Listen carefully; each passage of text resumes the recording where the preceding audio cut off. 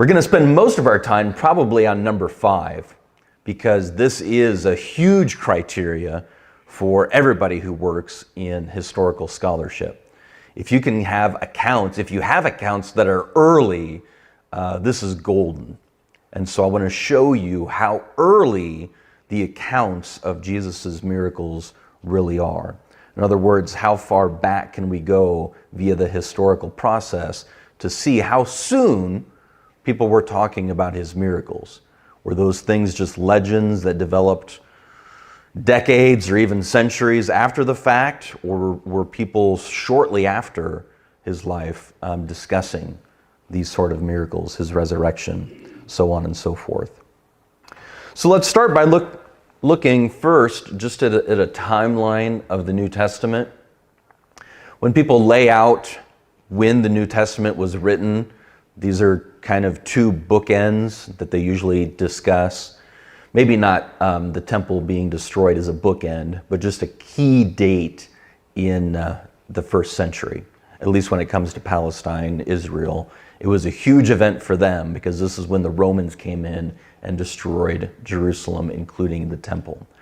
So we all kind of measure, right, our timelines and our own personal histories based off of major events, maybe in our personal lives, weddings, birthdays, graduations, but even as a country, right? 9/11, maybe the assassination of JFK, those sort of things. Well, AD 70 was a huge year when it comes to 1st century Israelites. And so 70 AD is usually put on a timeline. And then we know, of course, that Jesus ministered in the early 30s. That's when he had his 3-year public ministry. And so we can ask, okay, when was the New Testament written? So how long was it after Jesus' life that the New Testament books were written down? Some think that the Gospels were written, we'll start with the Gospels, some think that the Gospels were written too late to be useful, that the Gospels aren't early enough. But let's see what Ehrman says in regards to that objection. Ehrman wrote, in fact, the Gospels were written at the end of the 1st century, about 35 to 65 years after Jesus' death, and we have physical proof. One fragment of a Gospel manuscript dates to the early 2nd century. We have numerous fragmentary manuscripts that date from the 2nd and 3rd centuries.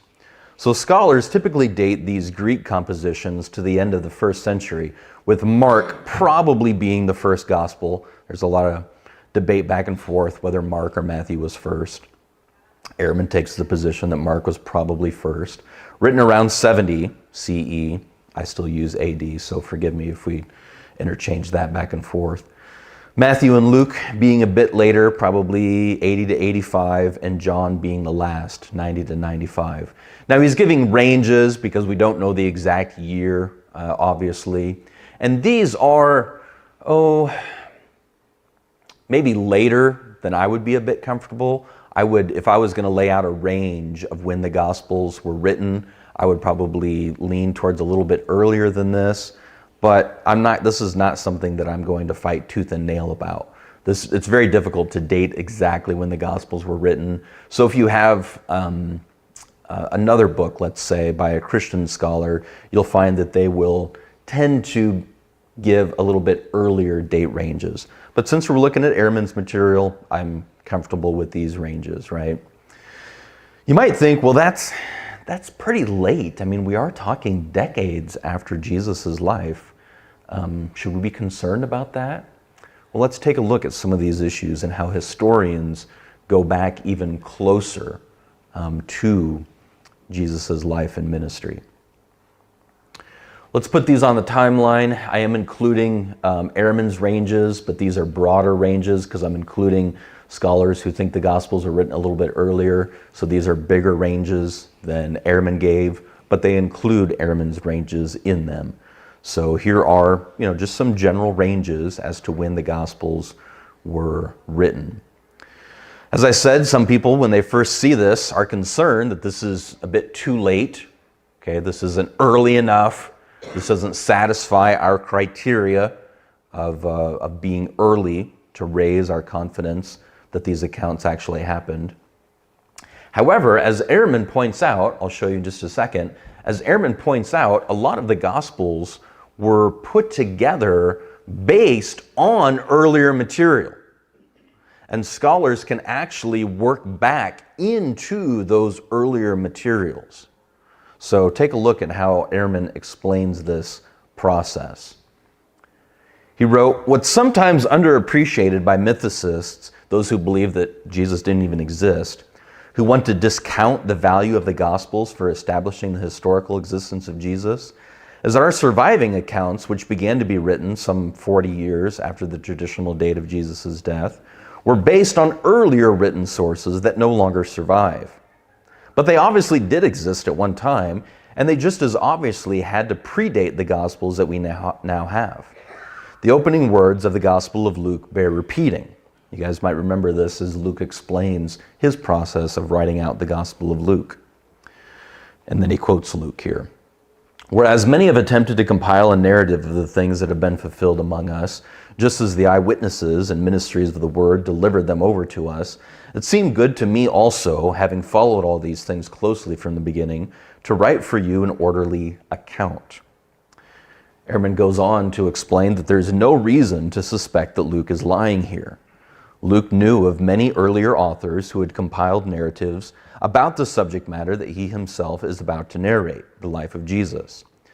Since the mid-19th century, so the 1800s, there's been a wide consensus among scholars concerning what these earlier sources were and even what to call them.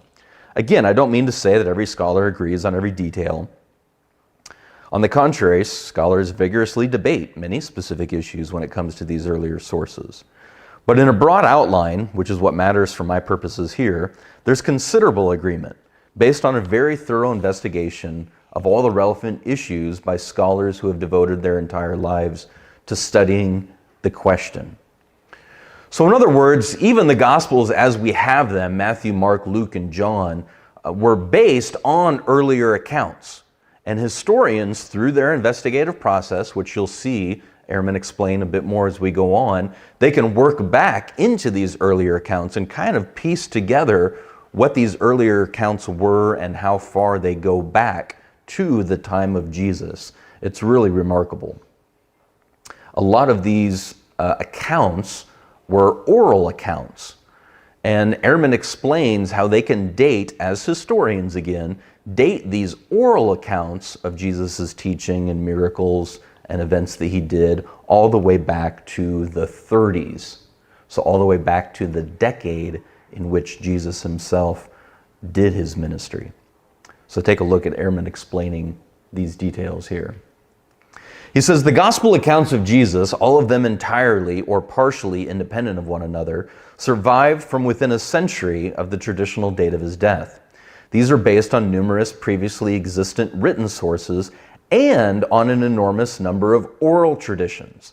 Remember, traditions here in this context is just another word for an account. So an oral tradition is just an oral testimony, an oral account about Jesus.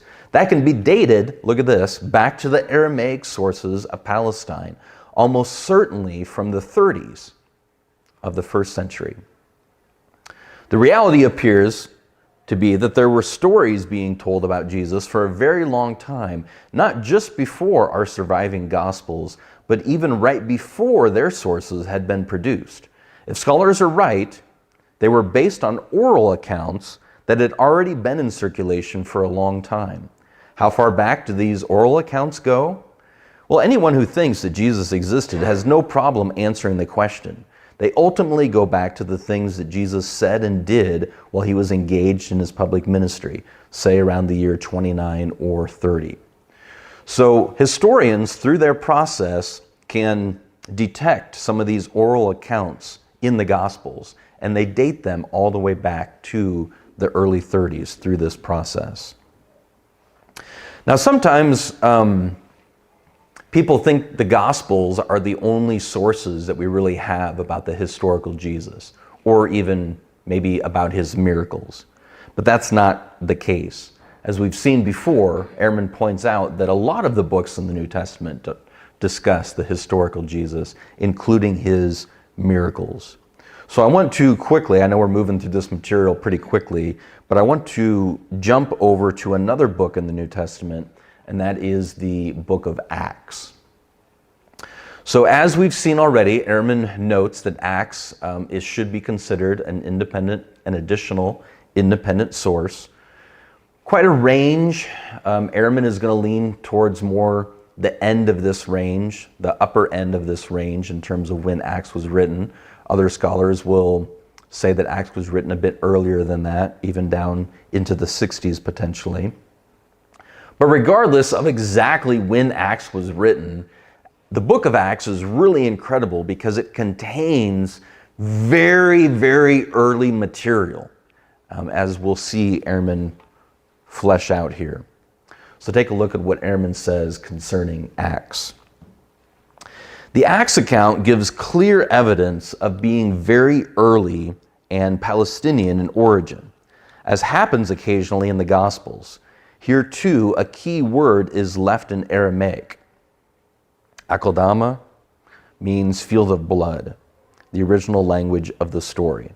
So this is one of the ways that both in the Gospels and in Acts, scholars can detect early, very early oral accounts of these things, because the original language that Jesus and the disciples probably did most of their ministry in was Aramaic. The New Testament was written in Greek.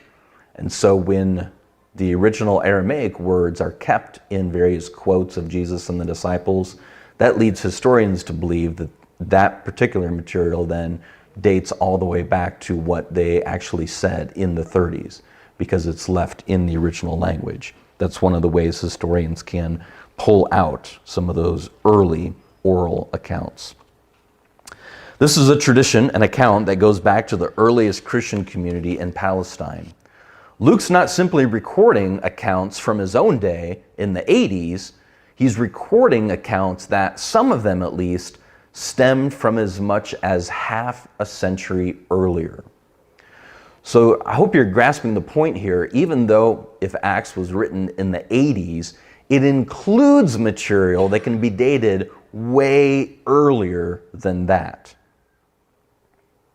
Moreover, that Luke has access to sayings of the historical Jesus not recorded otherwise, even in his gospel, is clear from a passage such as Acts 20:35, where the Apostle Paul is recorded as saying, "I've shown you that it's necessary by hard work to help the weak, to remember the words of the Lord Jesus, that he said, it's more blessed to give than to receive." So what's clear here is that Luke thinks he knew this, and more important for our considerations, it's an account of a saying of Jesus that has no parallel in the Gospels. And so that's why the book of Acts provides further evidence, an independent source outside of the Gospels. Now, what's really, really exciting, probably the most exciting thing about the book of Acts, is the speeches which are recorded in the book of Acts. Those of you that have studied Acts are familiar with these. There's speeches by various of Jesus' disciples that are given. I think Stephen gives a speech. Obviously, there are things that Peter and Paul, speeches that they give. Now, these Acts are an incredible resource for historians. Take a look at what Ehrman has to say about these speeches found in the book of Acts. Ehrman says, even more significant for our purposes are the speeches recorded in the book of Acts. About a fourth of Acts is made up of these speeches delivered by Peter in the first third of the book, Paul in the final 2/3. And some of these speeches contain what scholars call pre-literary accounts, oral accounts that had been in circulation from much earlier times that are found now only in their written forms in Acts. This is important information because, here again, it shows that Acts is not simply a document from the 80s, it incorporates much older accounts. And these accounts are quite emphatic that Jesus was a Jewish man who lived, did spectacular deeds, taught, was executed as a human in Jerusalem. So not only are these speeches an independent account, an independent source, they're very early, and they describe Jesus as performing spectacular deeds, i.e. miracles. Take a look. Ehrman affirms this. He said, these speeches incorporate materials from the accounts about Jesus that existed long before Luke put pen to papyrus. In these speeches, we have then remnants of much older pre-Lucan accounts. Older not just than the book of Acts, but even older than any of the Gospels, and older in fact than any surviving Christian writing. That the speeches of Acts contain very ancient material much earlier than the Gospels is significant as well, because these speeches are completely unambiguous. Completely unambiguous that Jesus was a mortal who lived on earth and was crucified under Pontius Pilate at Jewish insistence. Consider the following extracts from 3 of these significant speeches. And then Ehrman goes on to quote 3 of these speeches. And we're going to look at these quotes. These come from Ehrman's book where he's quoting these speeches in Acts. And I want you to note, these speeches don't describe Jesus as just a good moral teacher who did some nice things. No, these speeches, which can be dated very early, describe him as a miracle worker. In other words, we have very early accounts of his miracles. These accounts took place very soon after he supposedly performed them. So take a look. Here's the first one. This comes from Acts 2. Ehrman's quoting it in his book. So Acts 2. Men of Israel, hear these words. Jesus the Nazarene, a man attested to you by God, here we go, through miracles and wonders and signs that God did through him in your midst. Just as you know, this one was handed over through the hand of the lawless by the appointed will and foreknowledge of God. And you nailed him up and killed him, but God raised him by loosing the birth pangs of death. So even his resurrection was being discussed very soon after the fact, dating these speeches early. Another key speech from Acts, Ehrman points out, comes from Acts 3, says similar things. God glorified his child Jesus, whom you handed over and denied before Pilate, who had decided to release him, but you denied the holy and righteous one and demanded a murderer be given over to you instead. But you killed the author of life, whom God raised from the dead.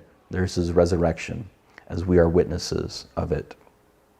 And then lastly, a speech from Acts 13, Ehrman quotes, for those who live in Jerusalem and their leaders, when they find no charge worthy of death, they asked Pilate to execute him. And when they had fulfilled all the things that were written about him, they took him down from the tree and placed him in a tomb. But here you go, God raised him from the dead.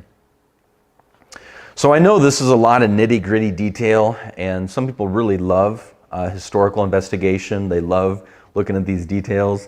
For some people, they can be a bit tedious, so I apologize for that. I'm probably more in the latter camp. I'm more of a philosopher. I like to think through arguments and think deeply about putting together good, solid arguments and the flow of logic and stuff. And so when it comes to history, a lot of it is just dates and details. And I get a bit overwhelmed because I have a terrible memory.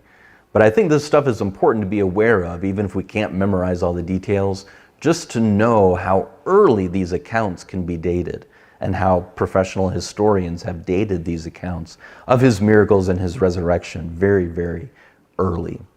So take a look at what Ehrman says summarizing these speeches now, and particularly the miracles included in these speeches.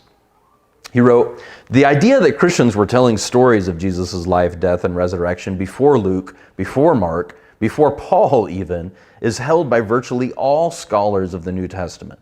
This isn't just him. This isn't just some scholars. All scholars understand this and agree to it. We've already looked at the speeches in the book of Acts. These speeches show clear signs of having derived from the earliest Christian communities. These speeches show clear signs, said that twice. These speeches must come from exceedingly early times, and in them we find summaries of Jesus' life and death, where it's clear he was a Jewish teacher and a miracle worker. There you go. So even Ehrman's affirming there's good early source material for his miracles, who was crucified by the Romans. This is not a story invented by Mark. It was in circulation from the earliest period of Christian storytelling, account giving. These oral traditions then did not arise 20, 30, or even 40 years from the traditional date of his death. On the contrary, as we've seen, they began in Aramaic-speaking Palestine. And we can give reasonably hard dates. At the very latest, they started these accounts of Jesus, his miracles and resurrection. They started in the early 30s, a year or two after Jesus allegedly died. They almost certainly started even earlier.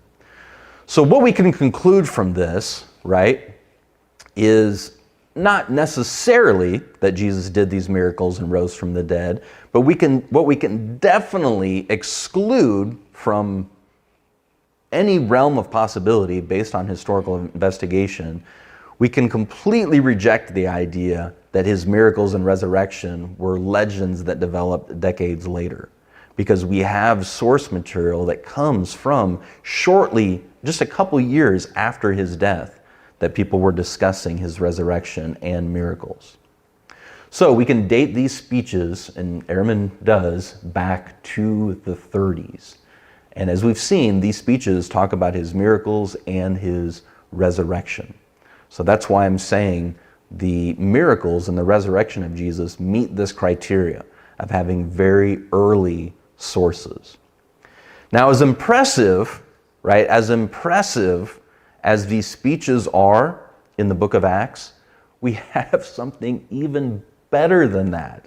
It's almost hard to believe. When I first got exposed to this evidence as a younger person, I had just heard from so many different skeptics that these things were legends that developed decades and centuries later. Maybe you've heard some of that garbage before, but when I first got exposed to this stuff from actual professional historians, I was just blown away how they have traced back how early some of these sources are that discuss Jesus's miracles and resurrection.